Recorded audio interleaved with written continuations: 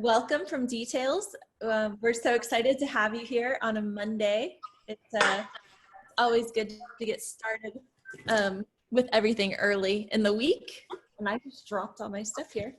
How's I like your background, Barbara. Thank you. You're way up there. Yeah, I have a few to choose from. I'm going with my home background today, but yeah, that's always cute. Awesome. Well, I guess we'll just let people join in. We're recording this, so hopefully we can get it out to everybody in the next couple days. I know we have a blog that will be coming along with this too. And feel free to mute your microphones unless you have like a question as we're going through this, or if there's something, hey Fawn, that that you have a question on a particular subject. Our goal with this was just to kind of get to know everybody in our network a little bit more and then ask questions about the industry, just general questions. You know, we're just always curious about businesses and how they do their business or how like large they're running their operations. And so this is just a really good way to get a glimpse. And then we were like, wow, people would really be interested to know what the results of this are, to see if they're similar to other people in the industry or how their business compares. And it's always good to just kind of get some insight into what everyone else is doing. So we thought that this would be a really great summarization, basically, of the people who filled out the survey. And a lot of them were Details customers, 52% of them were. So kind of half of the people are also other users of our software, but we were pleased to see that a lot of other florists took the time to help us with this information. So here is our presentation of getting to know you, the flower industry, and you. And again, my name is Corrine Heck. I'm the founder of Details. I've been a longtime florist and just lover of the whole industry. I've had a background in retail, and I also worked for an import company before I opened a beachside boutique in Florida. And then, of course, I saw the need for software. So I've done all different sorts of things. I'm going to try to move my slide along. All right. And so this was prepared by our teammates, Alexa, who's on the call with us too. So if you have any questions about how she designed this, everything is pretty much in Canva. But this was how many employees work for your business. And, you know, we broke it down, and as you can see, it's kind of skewed on the lower side of things, but 12% of our people that answered the survey, it's just their solo operation. That's what this is telling us here. 18% have one employee, and as you can see, it goes up. So I would say most people have at least 2 people that are working for them as an official employee. And, you know, we did have some companies that were really large on this that had more than 15 that were at 6.2. But generally, we found that most people had under 10 in their business as far as their employees were set up. Here at Details, we have 7 on our team, and we manage, you know, all of the customer support and sales. So you can kind of see how our manpower gets dispersed, but it's very nice to note that a lot of these companies are small businesses. All right, and, oh, I'm sorry. There we go. All right, what does your business specialize in?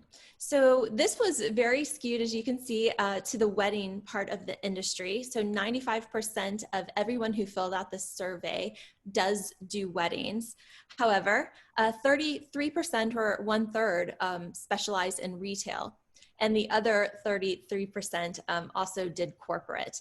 Now this just shows of everybody that filled out this survey, how they, if they do specialize in any of these areas.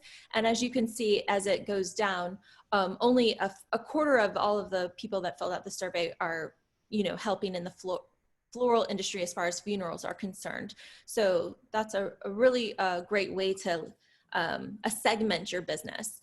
If you're into styled shoots or event planning, you can see that 1/5 of all the people are also interested in that.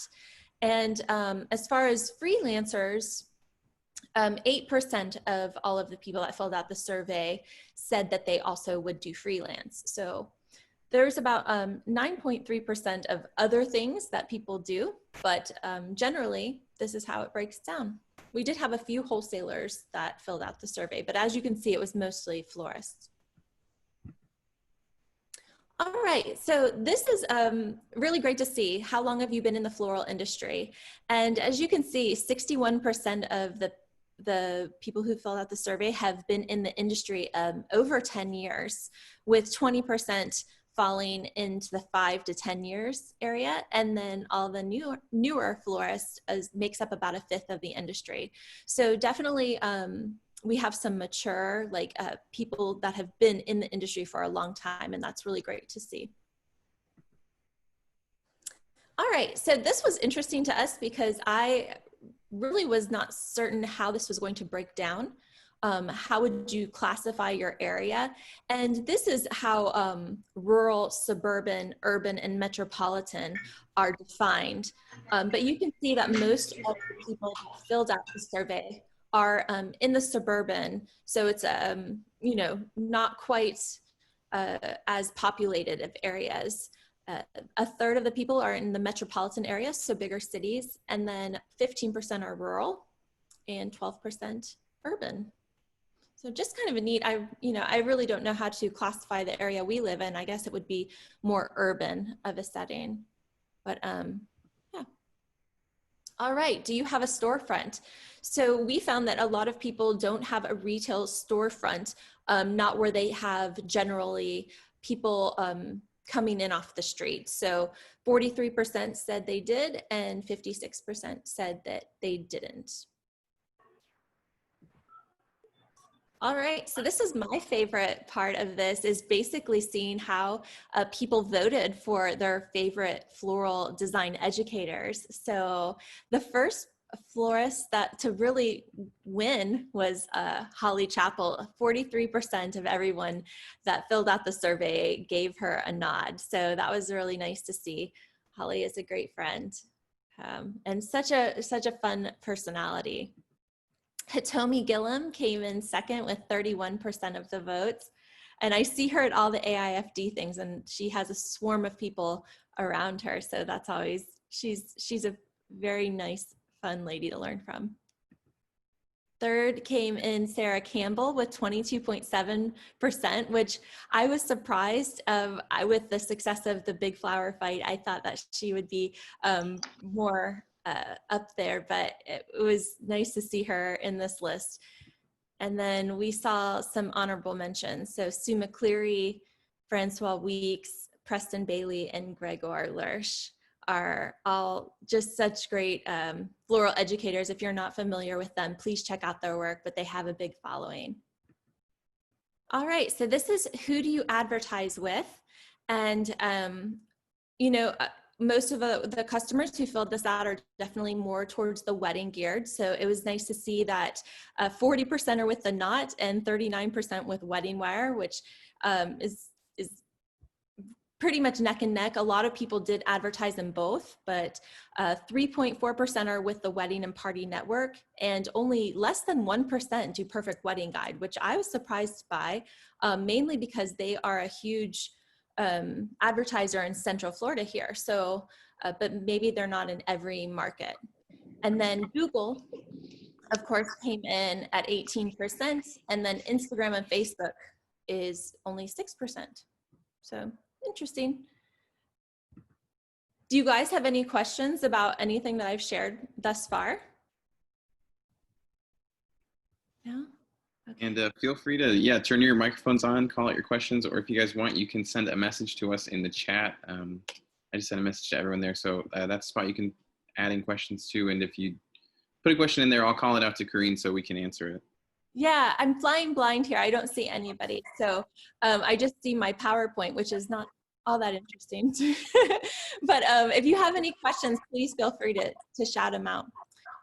This is all the other answers. So in the other section, we basically didn't know or couldn't list all the different magazines or so forth that people advertise with, but this is some of the options that they listed. All right, this was a member of the, are you using any other flower management softwares? And 52% of the people on this use details, but as you can see in the other areas, if you're considering any other softwares, you can see how this breaks down. So I was not surprised to see that Flower Shop Network and Teleflora were of course up there. Bloom Nation, 5% of everybody who filled out the survey uses them. Honeybook was at about 5%. We did have a few Curate users that filled out the survey, so that was nice to see, and thank you. Flora Next, of course, came in at 3%, and also FTD. So all of those had about the same percentage of people that use those softwares. Lovingly came in a little lower than I was anticipating because I've seen so much good information about them online. So I was surprised, but only 2% of the people that filled out this survey use them. And then you can see how the other softwares filled out the rest of this. All right, so are you a member of any of the following floral trade associations?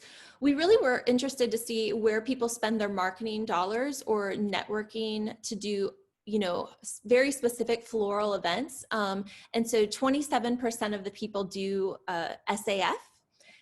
There's 17% that participate in AIFD and 17% in also state associations. And then you can see the smaller areas of how those advertising or floral trade associations make up the people that filled out this particular survey.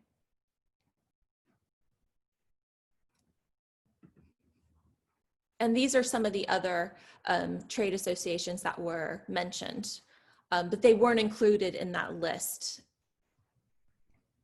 Our plan is to do a few more surveys throughout the year. One of the areas is about events and maybe more specific to our florists. So if you have any things that you might find interesting or would like to know about other members of our network, please send over those questions. But as you can see, most people do less than 30 events a year, and a third of the people do 31 to 60 events per year. And then as you can see, with the 61 to 90 ratio is at 10%. So 10% of the people do about that many. And then greater than 90, which means more than 90 events per year, is 1/5 of all the people in our network, or the people who do events. All right, so what is your average event size? So less than $1,000 was only 5% of the people. The majority usually do a wedding that is in the average of a $1,000 to $5,000 range of what the client is spending.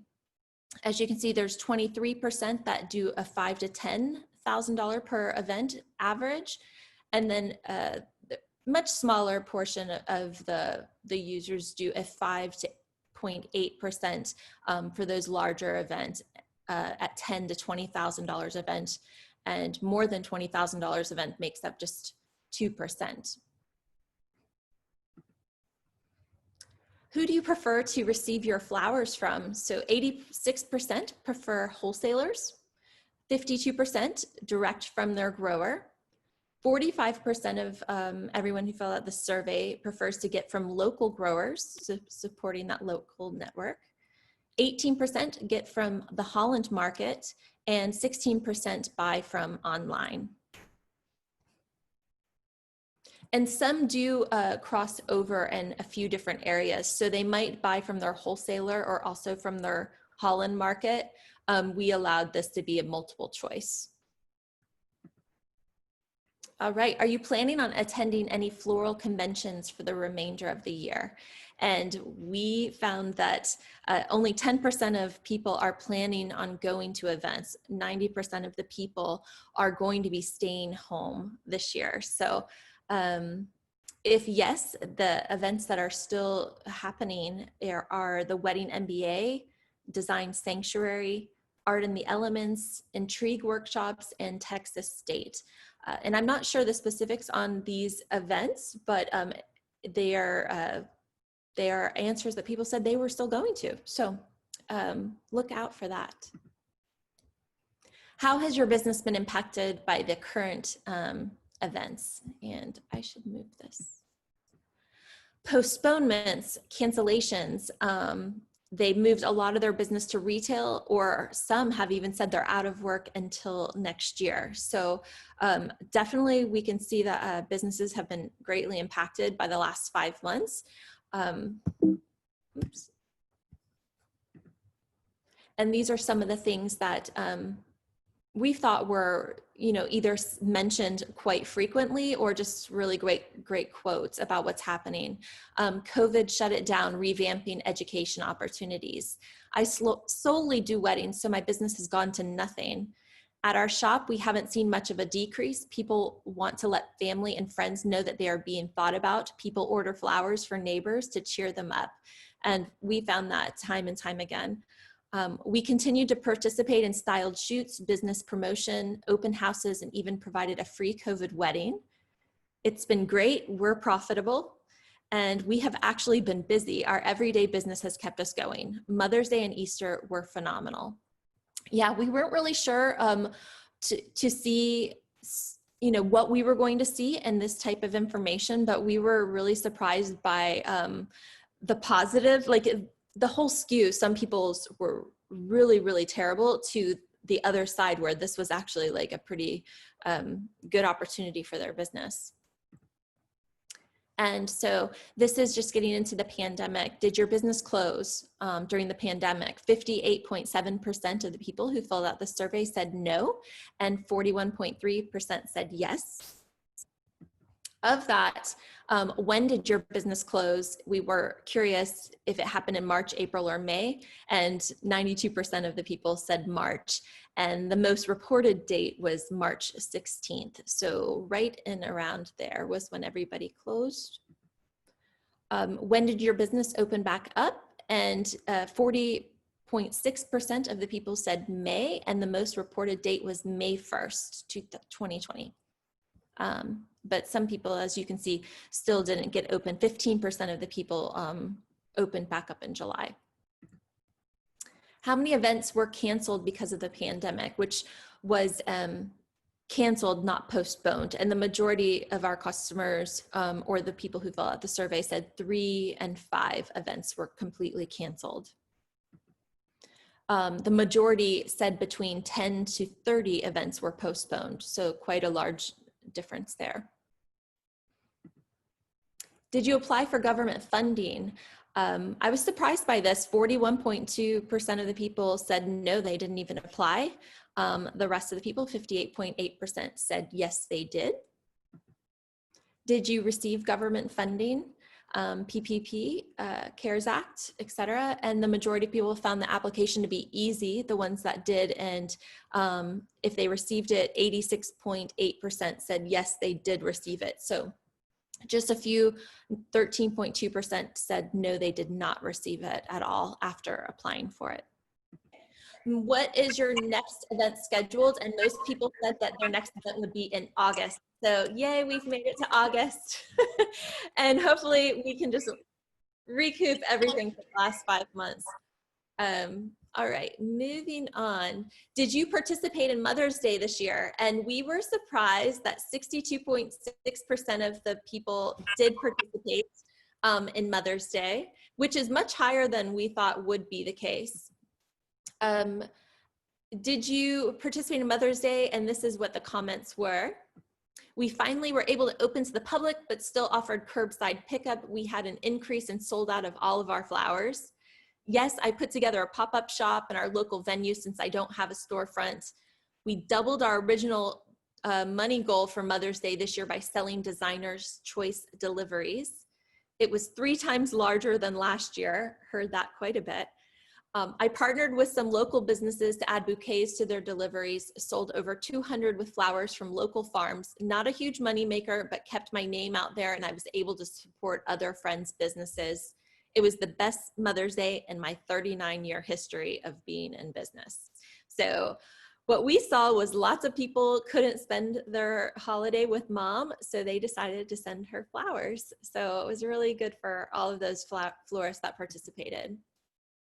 We were a bit surprised to see that only 23% of everyone did participate in Easter flower sales. It was, some of the comments were more than usual. I wouldn't normally count it as a floral holiday, but lots sent flowers to the people they would normally have been eating with. Did a lot of palm arrangements and Easter wreaths for front doors of homes. Huge success, best Easter in 20 years. And we offered locally grown floral bouquets to be paired with a local country club's Easter carryout special dinner. So we'll probably put together some fun ideas to do this if you are interested in participating in Easter next year, and maybe we'll pull some stats from these florists that did participate to help others. All right, so are you available for freelance? 44% said no and 55% said yes. And people were willing to drive wherever, fly wherever. If it was in a good spot, like they were willing to go just to work. So just putting that out there. What accounting software do you use? And 74% of everyone said that they used QuickBooks. So that aligns a lot with what we were thinking. But as you can see, if you're thinking of any others, this is how it broke down: 2.5% with Wave, 2% with Xero, Zoho Books, and FreshBooks. And 18% of the people did not say one of these 5 things here. So if you were interested in wondering what they're using, of those 18%, 43% just let their accountant handle it. 25% of those said nothing. So that's shocking. 12% said HoneyBook, 17% said 16 Hats, 6% said Excel, and 6% said Floristware. I'm not really sure that these have accounting in them, but I'm curious to research more on the 17 Hats and HoneyBook. How much do you pay your sales team? So this was really interesting. And I was thinking that this would be really good information to send to different areas of the country of our customers to let them know how they matched up from their sales team. And we also did this same ask and design teams, which is, I think, some of the most interesting data. But as you can see, 2.1% pays $36 or more an hour, and 13.8% pay $8 to $10 an hour. So you can kind of see where you might pay your sales team and how you fit in with the rest of the people that filled out the survey. And we are going to have all of this available in a downloadable PDF, as well as a blog post, which will go live right after we end this. And it looks like $15 to $18 an hour is the standard pay for like most designers. And you can see how it kind of ebbs and flows from there. All right, so is there any other questions about any of that information that we displayed as far as that goes before we get to our winners? We thought this was really interesting, and we thought we could get more people to participate if we gave money away. So I always think it's really kind of interesting. But if there's no other questions, I will go to this wheel of names. So we put everybody's name in here that filled out the survey, and if there's no other questions, then I guess I'll spin for my first winner. Okay. It's like the Wheel of Fortune. We should do a drum roll. I hope it's someone on the call. Okay, Cassie Osterlath. Was that fun? I know, we gotta get some applause going here. Cassie won a $100 Visa gift card. We'll send you an email. Oh, was she on the call? No, it doesn't look like Cassie's on the call with us. Everybody's just happy for her, I guess. Oh, okay, that must have been Brandy. Okay, someone write that name down so we don't forget. All right, I'm spinning again. Here we go.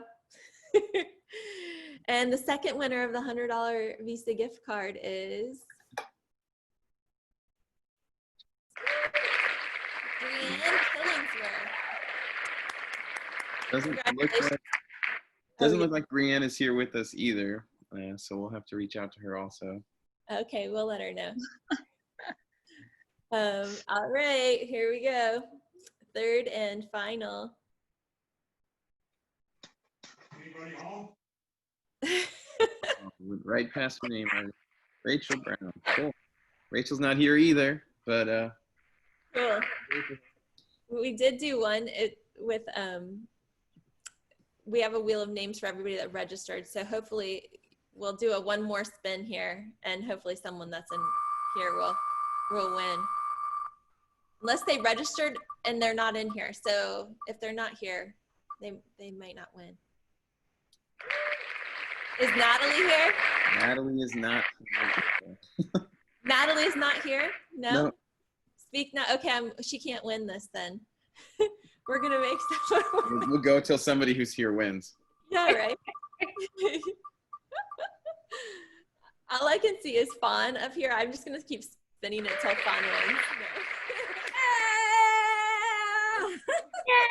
Hey, Justine. Justine is here. We Yeah. won! Woo! Yay! I wanted to give $100 away to someone, and I figure we'll just spin till someone in the room wins. We won! Yay! Thank you. Thank you for the beautiful submission too on your daughter with the dress. Like that was amazing. You're so sweet. Thank you. we were working while we were watching, so. Oh yeah, awesome. Well, most of it, that's what all of us do. Yeah, right? Okay, well, if you guys don't have any other questions. Oh, I should have screenshot. Oh yeah. All right, well, if there are no further questions, I will let you guys all get back to work. Thank you for spending your Monday in a happy hour with us, going over some of these results, and we'll send these out and probably have a few other surveys as we dig into some of this to find out what is the most interesting or useful information to kind of know what other people around the country are doing. And if you have any ideas or questions that you'd like us to do a survey on, we'd be happy to do that. And thank you for participating. Congratulations. All right, have a good day, you guys. Bye, Corinne. Thank you. You're welcome. Thank you. Thank you. Bye.